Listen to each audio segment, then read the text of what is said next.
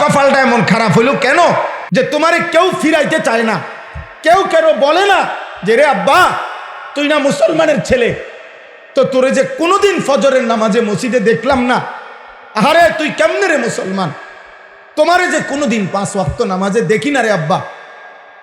তোমাদের যার কপালে এরকম একটা বাক্য, একজন মুরব্বী, একজন অভিভাবক, একজন মা বাবার এমন জোটে নাই যার কপালে, কারণটা কি? আমার স্পষ্ট বুঝ এটা, আমি এটা বুঝি বাবা। কারণ হইল তুমি হইলা এই সমাজের আবর্জনা, তুমি হইলা এই সমাজের ময়লা। এই জন্য আবর্জনা কেউ ধরতে চায় না, আবর্জনা কেউ কাছে টানতে চায় না, আবর্জনা সবাই চায় ডাস্টবিনেই পড়ে থাক।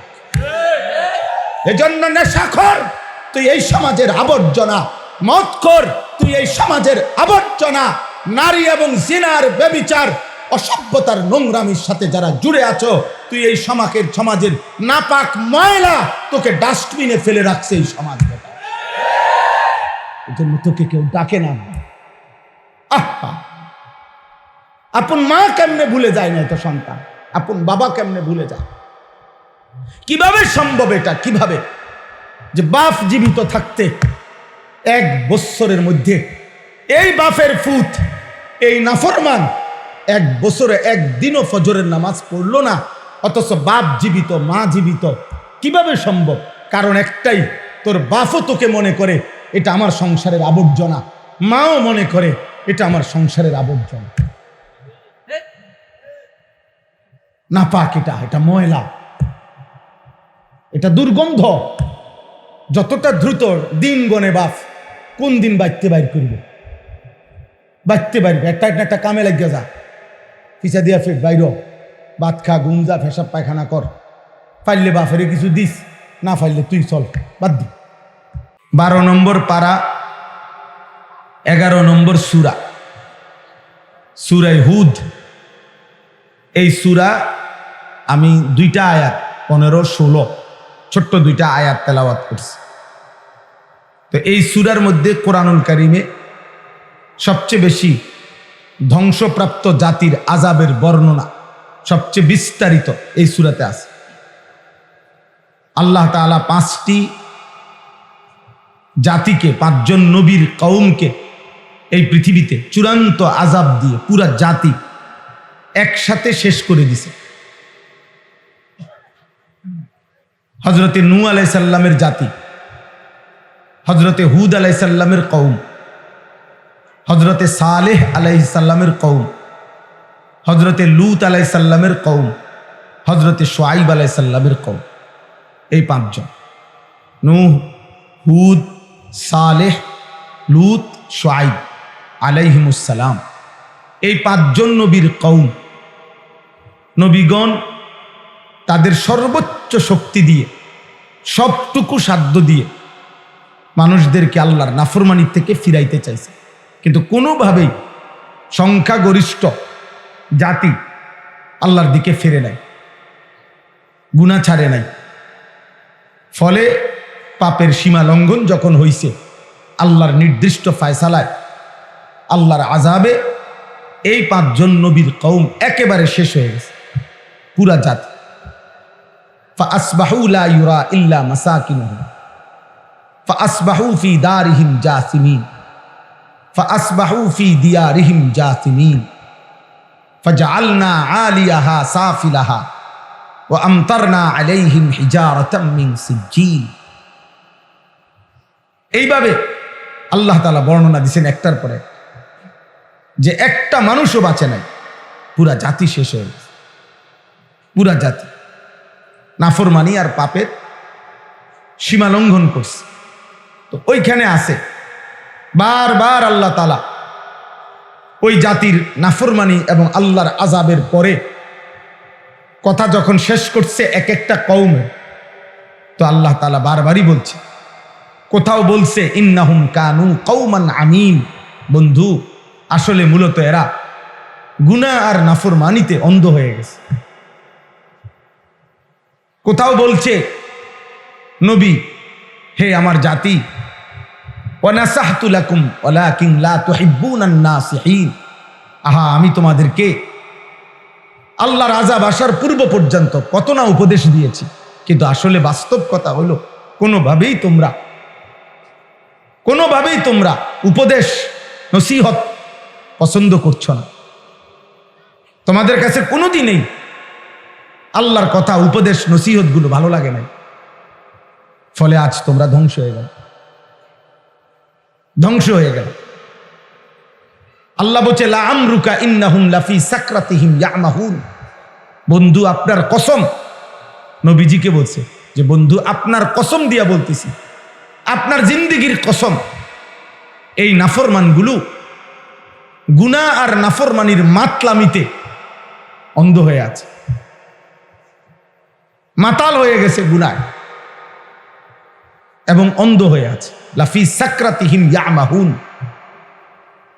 নাফরমানির মাতলামিতে এই পরিমাণ উল্লাস, এই পরিমাণ অসভ্যতা, এই পরিমাণ অশ্লীলতার বেহায়াপনা, এই পরিমাণ নোংরামি, যে যেন মাতাল হয়ে গেছে, যেন হুঁশ নাই, যেন অন্ধ হয়ে আছে। এইভাবে বারবার আব্বা, আমি একটা ছেলেকেও বললাম এমন যেন দুর্ভাগ্য না হয় রে আব্বা, এক বছরেও কোনো দিন, আমি প্রত্যেক দিন এটা একবার হলেও বলি আমার এ কথা, 365 দিনে আল্লাহর একটি বছরে একদিনও ফজরের নামাজ একদিনও পড়তে পারলা না, এমন দুর্ভাগা, এমন বদনসিব, এমন হাইওয়ান, এমন জানোয়ার কেমনে হইল? মুসলমানের ঘরে এমন নিকৃষ্ট সন্তান কেমনে হইল? এমন নিকৃষ্ট জানোয়ার হইলা কেন? 365 দিনে একদিনও, এক বছরে কপালে একটা সেজদা জোটে নাই ফজরের। ছি ছি ছি। 60 বছর একটা হায়াত পার করে ফেললো, একটা লাইন কোরআন শরীফের একটা পৃষ্ঠা শুদ্ধ করে পড়তে পারলেন না, এমন বদনসিব হায়াত কেন হলো? এমন একটা লম্বা হায়াত শেষ করে ফেললেন চাচা, এত লম্বা বয়স শেষ করলেন। 60 বছর 50 বছরে আল্লাহর কোরআনের একটা পৃষ্ঠা দেখে দেখেও শুদ্ধ পড়তে পারেন না, এমন দুর্ভাগা জীবন শেষ কইরা কবরে যাচ্ছেন। কি নিয়ে যাচ্ছেন? কি নিয়ে যাচ্ছে বলে? এই জন্য বললাম, আল্লাহ তাআলা বলছেন, নবীগণ বলছেন, আহা হে আমার জাতি, কোনোভাবেই তোমাদেরকে নসিহত পছন্দ করাইতে পারলাম না। ওয়ালাকিন লা তুহিব্বুনান নাসিহিন। উপদেশ দাতাদেরকে তোমরা কোনোভাবেই ভালোবাসলা না, পছন্দ করলা না, যে তোমাদেরকে জাহান্নাম থেকে ফিরাইতে চায়, আল্লাহর দিকে ফিরাইতে চায়, কোনোভাবেই তার কথা পাত্তা দিলা না। এই জন্য দোস্ত, বাবা, ভাই আমার, বন্ধু আমার, এটা জরুরি বিষয়। কলিজা যেন এমন না হয়, হৃদয় যেন এমন শক্ত পাষাণ পাথর না হয় যে কোনোভাবেই দিল নড়ে না, সামান্যতম বিবেক নড়ে না, এমন পাষাণ হইও না আল্লাহর দোহাই। এই পরিমাণ গুনাহ কইরো না যে দিল আর কোনো দিন তোমার আখিরাত মনে করায় না, আর কোনো দিন কবর মনে করায় না। আজকে যেখানে মাগরিব বাদ বয়ান করছি আমরা, একটা খোলা মাঠে, ছোটখাটো মাঠ, বয়ান শেষে আমরা ওইখানে এশার নামাজ পড়ছি। তো এশার নামাজ যখন আমি পড়তেছি, আমরা ঠিক একেবারে মনে করেন এখান দিয়ে আমরা নামাজ পড়িয়ে এই বরাবর এখান দিয়ে 2-3টা দোকান, ওই মাহফিলটার ওইখানে আর কি খোলা জায়গাটা, এখান দিয়ে রাস্তা, এখানে খোলা। 4 রাকাত ফরজ নামাজ আমরা এতগুলো মানুষ পড়তেছি, এই 2টা দোকানে বৈশা কতগুলো মানুষ, মনে 20-25 জন হইল, একটানা কথা কইতেছে, আওয়াজ করতেছে, চিল্লাচিল্লি করতেছে, এখানে নামাজ চলতেছে। সালাম ফিরাইয়া আমি অনেকক্ষণ তাকাইয়া রইলাম, অনেকক্ষণ, 2-4-5 মিনিট মনে চাইলাম আর মানুষগুলার, যাহা এত বড় বিবেকহীন কেমনে রে হইলি না? মানে কি পরিমাণ বেহায়া হইলে, কি পরিমাণ নিকৃষ্ট হাইওয়ান হইলে চোখের সামনে জামাত চলতেছে বলে কদ্দুর আওয়াজটা বন্ধ করি, এদ্দুর বিবেক হইল না। উম্মত কোথায় নেমে গেছে, উম্মত কোথায় নেমে গেছে। আপনারা একজন চাচা, এখানে অনেক বয়স্ক মুরব্বী আছেন, একজন চাচা দাঁড়াইয়া দেখেন, চাচা এরা আপনাদেরই ছেলে, এখানে আপনাদের বয়স্কদের চাইতে নওজোয়ান বেশি। আপনারা এদের চেহারার দিকে তাকাইয়া, আপনারা যারা নিয়মিত নামাজ পড়েন বুড়া মানুষ, এমন একজনও দেখেন, দেখেন যে এখানে কয় পার্সেন্টের চেহারায় যুবক নামাজের চিহ্ন আছে। দেখবেন 99% চেহারায় নামাজের চিহ্ন নেই। প্রতি 100 জনের মধ্যে 99 জনের চেহারায় নামাজের কোনো চিহ্ন নেই। চেহারা দেখলেই বোঝা যায় এই হাইওয়ান আজ বহুদিন হয় আল্লাহকে সেজদা দেয়। চুল, চেহারা, লেবাস, অঙ্গভঙ্গি দেখলেই বোঝা যায়। তাইলে আমার ভাই আল্লাহকে এইভাবে ভুলে গেলেন কেন? তো এই জন্য আমার শুধু ওই কথাটা বলার জন্য যে গুনাহ যেন, পাপ যেন অন্ধ বানায় না ফেলে। আল্লাহ পাপীকে বলছে কওমান আমিন, হে নবী বেঈমানগুলো মূলত অন্ধ হয়ে গেছে। কোথাও বলছে হে নবী কসম, আল্লাহ কসম দিছে বেটা, নাফরমান যেন মাতাল হয়ে গেছে, অন্ধ হয়ে গেছে। নাফরমানকে আল্লাহ মাতাল বলছে।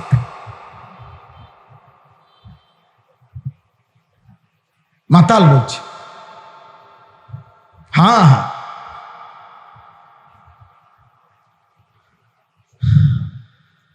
এজন্য আমরা প্রত্যেকে, আমরা মুসলমান, আমরা ইমানদার, আমাদেরকে এইভাবে আল্লাহ ভুলে যাওয়া দিনের পর দিন, বছরের পর বছর উচিত না, কোনোভাবেই উচিত না। আমি অনুরোধ করলাম, কোনো একটা ছেলে যদি বুঝে থাকো, আমার আব্বা তুমি ভাইব, আমি হুজুর প্রত্যেক দিন ভাবি এটা, যে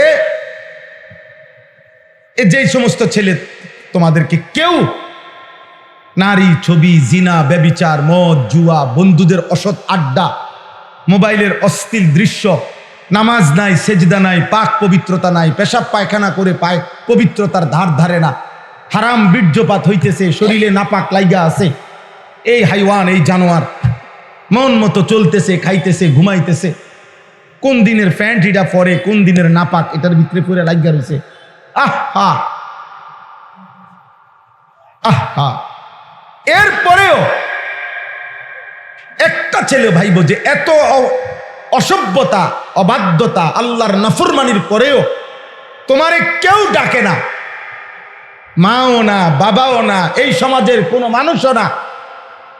তোমার কপালটা এমন খারাপ হইল কেন যে তোমারে কেউ ফিরাইতে চায় না, কেউ কেন বলে না যে রে আব্বা তুই না মুসলমানের ছেলে, তো তোরে যে কোনোদিন ফজরের নামাজে মসজিদে দেখলাম না, আরে তুই কেমনে রে মুসলমান, তোমারে যে কোনোদিন 5 ওয়াক্ত নামাজে দেখি না রে আব্বা। তোমাদের যার কপালে এরকম একটা বাক্য, একজন মুরব্বী, একজন অভিভাবক, একজন মা বাবার এমন জোটে নাই যার কপালে, কারণটা কি? আমার স্পষ্ট বুঝ এটা, আমি এটা বুঝি বাবা। কারণ হইল তুমি হইলা এই সমাজের আবর্জনা, তুমি হইলা এই সমাজের ময়লা। এই জন্য আবর্জনা কেউ ধরতে চায় না, আবর্জনা কেউ কাছে টানতে চায় না, আবর্জনা সবাই চায় ডাস্টবিনেই পড়ে থাক। এজন্য নেশাখোর তুই এই সমাজের আবর্জনা, মদখোর তুই এই সমাজের আবর্জনা, নারী এবং জিনার, ব্যভিচার, অসভ্যতার নোংরামির সাথে যারা জুড়ে আছো, তুই এই সমাজের নাপাক ময়লা, তোকে ডাস্টবিনে ফেলে রাখছে এই সমাজ। এই জন্য তোকে কেউ ডাকে না। আহা, আপন মা কেমনে ভুলে যায় না তো সন্তান, আপন বাবা কেমনে ভুলে যায়?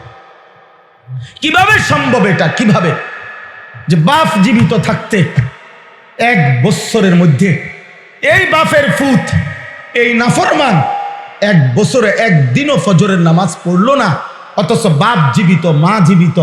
কিভাবে সম্ভব? কারণ একটাই, তোর বাপও তোকে মনে করে এটা আমার সংসারের আবর্জনা, মাও মনে করে এটা আমার সংসারের আবর্জনা।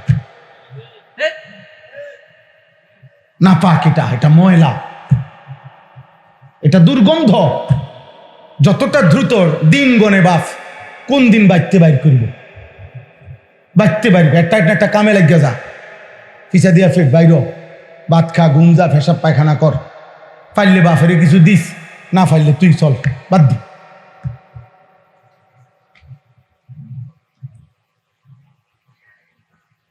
আফসুস। অথচ আমি উদাহরণ বলি, কয়েকটা উদাহরণ বলি, আপনারা বুঝবেন। ছেলের আব্বা তোমরাও শোনো। একজন নবী, যিনি আমাদের পিতা ইব্রাহিম আলাইহিস সালাম, আমরা ওনার নাম জানি কিনা? কথা বলেন না। উনি আমাদের পিতা কিনা? হুয়া সাম্মাকুমুল মুসলিমিন। তাহলে আমাদের মুসলিম জাতির পিতা তিনি। ইব্রাহিম আলাইহিস সালামের কয়েকটা উদাহরণ আমি বলি, আপনারা আন্দাজ করবেন। 1 নাম্বার, ইব্রাহিম আলাইহিস সালামকে আল্লাহ তাআলা জীবনে বারবার পরীক্ষা নিছেন। ওয়া ইযিবতালা ইব্রাহিমা রাব্বুহু বিকালিমাতিন ফাআতাম্মাহুন্না। আল্লাহ তাআলা ইব্রাহিম আলাইহিস সালামকে বারবার ঈমানের পরীক্ষা নিছেন, আল্লাহর ভালোবাসার পরীক্ষা নিছেন। তাফসীরের মধ্যে আছে কোন বর্ণনায় যে 30 বার, কোন বর্ণনায় আছে 70 বার, মোট 70 বার অথবা 30 বার আল্লাহ তাআলা ইব্রাহিম আলাইহিস সালামের পরীক্ষা নিছেন। প্রত্যেক পরীক্ষায় তিনি ফার্স্ট ক্লাস ফার্স্ট হয়েছেন, মানে গোল্ডেন A+ পাইছেন। ফাআতাম্মাহুন্না, শতভাগ পূর্ণ উত্তীর্ণ হয়েছেন। এরপরে খেয়াল করতেছেন আপনারা? এরপরে আল্লাহ বললেন, ক্বালা ইন্নী জাইলুকা লিন্নাসি ইমামা।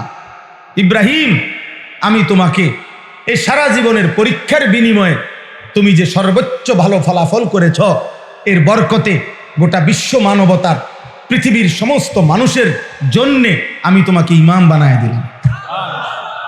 কি বানাইলাম? দেখেন, আল্লাহ তো এটা বললেন, সাথে সাথে ইব্রাহিম আলাইহিস সালাম আল্লাহকে বললেন, ক্বালা ওয়া মিন যুররিয়াতি।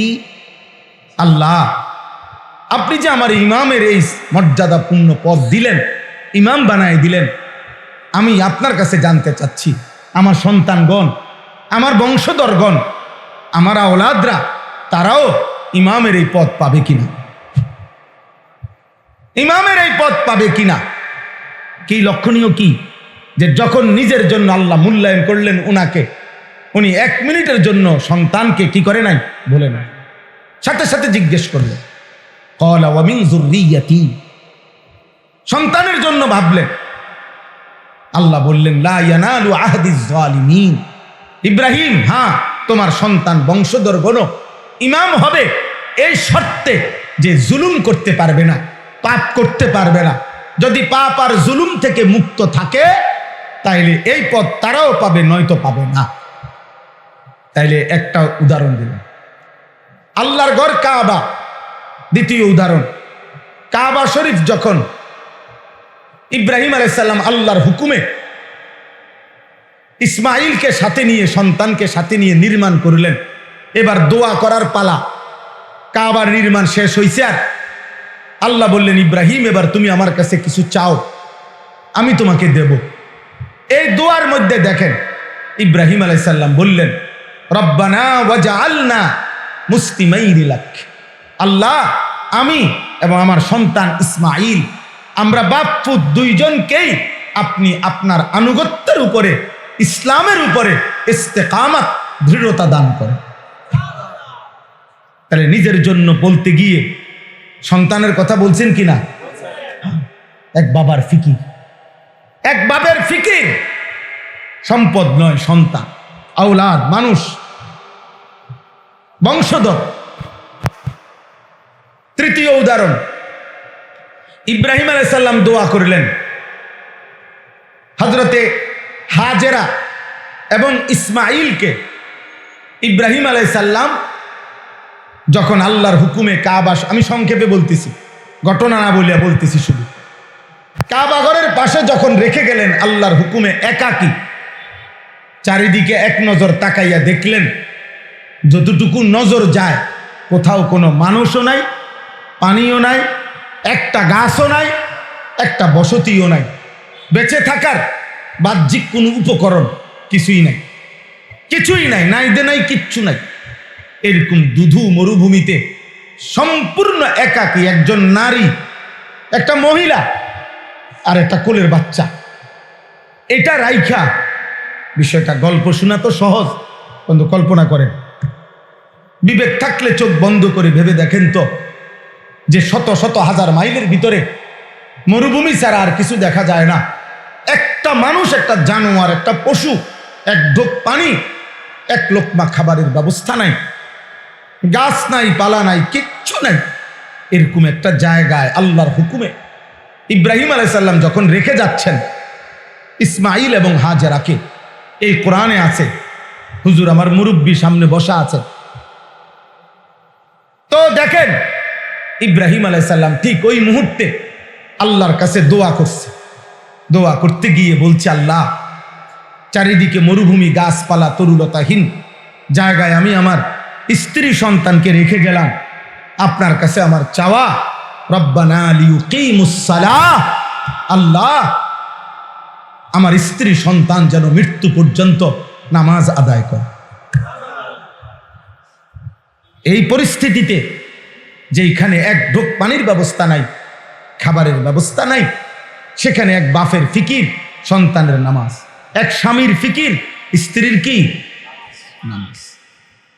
4 নম্বর, ইব্রাহিম আলাইহিস সালাম নিজের সহ যখন মক্কা নগরী পুরাপুরি আবাদ করলেন, তখন ইব্রাহিম আলাইহিস সালাম দোয়া করলেন, মানে নিজে সহ যখন আল্লাহ থাকার অনুমতি দিছে পুরাপুরি, তখন ইব্রাহিম আলাইহিস সালাম দোয়ার মধ্যে এবার বললেন, রব্বি জাআল হাদাল বালাদা আমিনান, আল্লাহ এই নগরী পুরা মক্কাকে আপনি নিরাপদ নগরী বানায় দেন, ওয়াজনুবনি ওয়া বানিয়া আন না'বুদাল আসনাম, আমাকে এবং আমার সন্তানদেরকে মূর্তি পূজা থেকে, পাথরের পূজা থেকে, মূর্তির পূজা থেকে হেফাজত করো। তাহলে এক বাবা এখানেও দেখেন শিরিক থেকে মুক্ত থাকার জন্য, মূর্তি পূজার থেকে বেঁচে থাকার ক্ষেত্রে নিজের জন্য দোয়া করছেন, সন্তানের জন্য কি করছেন, দোয়া করছেন, দোয়া করছেন। 5 নম্বর উদাহরণ শুনেন, ইব্রাহিম আলাইহিস সালাম আল্লাহর কাছে দোয়া করছেন, একজন নবীর উদাহরণই বলতেছি, রব্বি জাআলনি মুকিমাস সালাহ ওয়া মিন যুররিয়াতি, আল্লাহ আপনার কাছে আমার ফরিয়াদ, আপনি আমাকে পূর্ণ নামাজি বানান, ওয়া মিন যুররিয়াতি, এবং আমার সন্তান বংশধরদেরকেও আপনি পূর্ণ নামাজি বানান, পূর্ণ নামাজি বানান। আব্বা তাহলে বলেন, এক বাবার ফিকির সন্তানের জন্য, বংশধরের জন্য, বারবারই যখন বলছে তোমাকে ইমাম বানাইলাম, বংশধরের জন্য চাইছেন, যখন আল্লাহ তাআলা কাছে দোয়া করার সুযোগ হয়েছে, প্রত্যেক দোয়ার মধ্যে সন্তানের ঈমান, সন্তানের নামাজ, সন্তানের শিরিক থেকে মুক্তি, সন্তানের আখিরাত, এক বাবা ঈমানদার বাপ এটাই আল্লাহর কাছে চাইছেন, এটাই আল্লাহর কাছে চাইছেন। আজ আপনাদের কাছে আমার আফসোসের কথা এটাই, আজ আপনাদের লক্ষ লক্ষ বাবা তার সন্তানের ব্যাপারে একটাই ফিকির, হয় বিদেশ নয়তো দেশ, কোনো না কোনো মাধ্যমে যত দ্রুত সম্ভব উপার্জনের, মরার আগে আগে ওনার টার্গেট ছেলেটাকে টাকা পয়সার আয় রোজগারের একটা ব্যবস্থা যদি করে দিয়ে যেতে পারে, ওনার আর মরলে কোনো দুঃখ নাই। মেয়েটার ব্যাপারে ওনার একটাই টার্গেট, যত দ্রুত সম্ভব একটা টাকা পয়সা আছে এরকম একটা ছেলে চাইয়া মেয়েটারে বিয়ে দিয়ে যাইতে পারলে ওনার আর কোনো দুঃখ নাই মরার আগে আগে। তাইলে ওনার ফিকির, আহা বাপ, আপনার ফিকির যদি হয় ছেলের জন্য দুনিয়া, তো ছেলের ফিকির কেমনে হবে আখিরাত? আপনার নিজের ফিকির যদি হয় মেয়ের জন্য দুনিয়া, পয়সাওয়ালা জামাই, ছেলে পর্দা থাকুক বা না থাকুক, ছেলে নামাজ পড়ুক বা না পড়ুক, ফোলার বিল্ডিং আছে, তাহলে আপনার মেয়ে পর্দা করবে কেমনে? আপনার মেয়ে নিজের ইজ্জত, সতীত্ব, পর্দার হেফাজত করবে কেমনে? বলে আপনি কি চাইছিলেন? আপনি তো আখিরাত চান নাই, আপনি তো আল্লাহর কাছে বলেন নাই, আখিরাতের কোনো প্রস্তুতি তো নেন নাই আপনি। আমি আপনাদের কাছে দেরি করব না, অনেক রাত হয়েছে, আমি খুব দ্রুতই শেষ করে দিচ্ছি। আমি মনে করাই দিলাম, ইব্রাহিম আলাইহিস সালামকে আল্লাহ তাআলা 5টা বলছি উদাহরণ, মোট 60টা উদাহরণ দোয়া ওনার। 6 নম্বর উদাহরণ হইল আল্লাহ তাআলা বলছে, ইজ ক্বালা লাহু রব্বুহু আসলিম ক্বালা আসলামতু লিরাব্বিল আলামিন। প্রত্যেকবারে ইব্রাহিম আলাইহিস সালামকে আল্লাহ বলছে, ইব্রাহিম তুমি আমার আনুগত্য করো, ইসলাম আনো মানে ইসলাম মানো মানে আমি আল্লাহর আনুগত্য করো। ইব্রাহিম আলাইহিস সালাম প্রত্যেকবারে বললেন, যদি 30 বার হয় পরীক্ষা তো 30 বার, যদি 70 বার পরীক্ষা হয়, ওই বেটাই মোবাইল উঠায়ও না, সাবধান। আব্বা আমার এটা আমারই মনে করো বদ অভ্যাস, আমি এটা ওই বেটা বুট খাইতেছে আমি কিছু বলি নাই, কিন্তু তুমি মোবাইলে আলগি দিছো আমি বলছি। তুমি জিজ্ঞাসা করো ওই ভাই অনেকক্ষণ ধরে বুট খায় আমি দেখছি, কিন্তু ওইটা আমি কিছু বলি নাই, কিন্তু মোবাইল আলগি দাও আমি মানতে পারি না। আমার কতলা একজন শুনবে দরকার হলে, কিন্তু গাফেল মানুষ আমি তারে বলবো না। কথা বোঝেন নাই আমার? বলুক বাইরে কথা বলুক, চিন্তা করুন, আহা সবাই শুনবে এটা জরুরি না, আমার নজরের মানুষ আমার কাছে আমানত। কথা বুঝেন নাই আপনারা? মানে চোখের সামনে আমার যে কয়েকজন শ্রোতা এরাই আমার আল্লাহর পক্ষ থেকে আমার কাছে আমানত। আপনাদের সময়ের হেফাজত করা, আপনাদেরকে কিছু বলা, এটা আমার জিম্মাদারি, কিন্তু বাইরে যে তারে আমার জিম্মাদারি না। কথা বুঝেন নাই এখন? এই জন্য আমি বাহিরে চিল্লা খেতে নাচ হোক। এই দিন আমি গত বৃহস্পতিবার, বিশ্বাস করেন আপনাদের সত্য কথা বলি, ঢাকা যাত্রাবাড়িতে একটা মাদ্রাসা 7 তলা ভবন আর কি, একটা মার্কেট বিল্ডিং এর 6 তলা এবং 7 তলা, এই 2 তলা হলো মাদ্রাসা, 2 তলা এবং 3 তলা হলো কমিউনিটি সেন্টার। ওই দিন আমি এই গত বৃহস্পতিবারে রাত্রে এই 7 তলায় ওলামায়ে কেরামের সাথে দ্বীনি মুজাকারা কথাবার্তা বলতেছিলাম রাত্রে, প্রায় 12:30 থেকে 2টা পর্যন্ত, রাত 2টা, এই 2 ঘন্টার কাছাকাছি হবে, 12টা 2টা পর্যন্ত। এই 2 ঘন্টায় আমরা এখানে কথা বলছি, দ্বীনি আলোচনা করছি, ওই 2 তলায় এবং 3 তলায় কমিউনিটি সেন্টারে। এই পুরাটা টাইম ফুল সাউন্ডে ডেক্সেট বাঁধছে এবং নর্তকী নাচছে, কারে কসম খোদা। আমি মৌলানা সাহেবরে বলছি, মৌলানা 1 সেকেন্ডের জন্য আপনি টেনশন করেন না, এটাই দুনিয়া, এই আলো অন্ধকার মিলে দুনিয়া, এর জন্য এটা দুনিয়া। এখানে আলো আছে, অন্ধকার আছে, এখানে রোদ আছে, বৃষ্টি আছে, এখানে রাত হয়, দিন হয়, এখানে সূর্য ওঠে, চাঁদ ওঠে, এখানে সৎ থাকে, অসৎ থাকে, এখানে চরিত্রবান আছে, চরিত্রহীন আছে। এই একই ঢাকা, একই বিল্ডিং এর অসংখ্য ঢাকা শহরে বিল্ডিং আছে, কোন বিল্ডিং এর মধ্যে একই বিল্ডিং এ কোথাও হয়তো নাচ গান হইতেছে কোন তালায়, আবার কোন তালায় তালেব ইলম আল্লাহর কোরআনের হিফজ করতেছে। এই আসমানের ফয়সালা, কোনো সমস্যা নাই আব্বা, সবাই শুনতে হবে জরুরি না, সবাই চিৎকার দিতে হবে, স্লোগান দিতে হবে জরুরি না। এটা কোনো নির্বাচনের প্রার্থী না, এটা কোনো জনসমর্থন যাচাই করা না, জনসমর্থন যাচাই করা না, আল্লাহর জন্য বলা, আল্লাহর জন্য বলা, আল্লাহর জন্য বলা। তো বলতেছিলাম ইব্রাহিম আলাইহিস সালামকে আল্লাহ বললেন, ইব্রাহিম আসলিম, তুমি আমার আনুগত্য করো। যদি 30 বার বলে থাকে 30 বারই বলছে, যদি 70 বার পরীক্ষা নেয় তো 70 বারই ইব্রাহিম বলছে আসলাম তু, বিনা প্রশ্নে আমি আপনার আনুগত্য করলাম।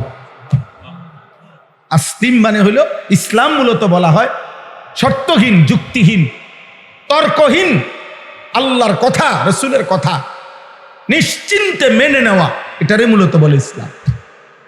এশকাল করিলে, আপত্তি করিলে আর ইসলাম হয় না। আর কি হয় না? এই জন্য কোরআনুল কারীমের মধ্যে আল্লাহ বলছে, দেখো মিনার প্রান্তরে ইব্রাহিম প্রশ্নহীন সন্তানকে জবাই করতে রেডি। ইসমাইল প্রশ্ন ছাড়া নিজে জবাই হইতে রেডি। একজন জবাই করতে প্রস্তুত, আরেকজন জবাই হতে প্রস্তুত।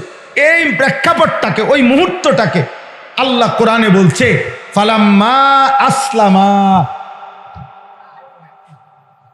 যখন বাপ পুত আমার আনুগত্য করলো। তাহলে বোঝা গেল ইসলাম তখন হয় শর্তহীন, প্রশ্নহীন, যখন আনুগত্য হয়। ইসমাইল সেদিন যেই আনুগত্য দেখাইছে ওই সময় হয় ইসলাম। ইব্রাহিম যেই আনুগত্য দেখাইছে কোরবানির মুহূর্তে, ওইটাই ইসলাম। ওই পর্যন্ত পৌঁছা পর্যন্ত আমিও মেহনত করা দরকার, আপনিও মেহনত করা দরকার। মেহনত করা যে আমার মালিকের ফয়সালার সামনে আমার কোনো কথা নাই।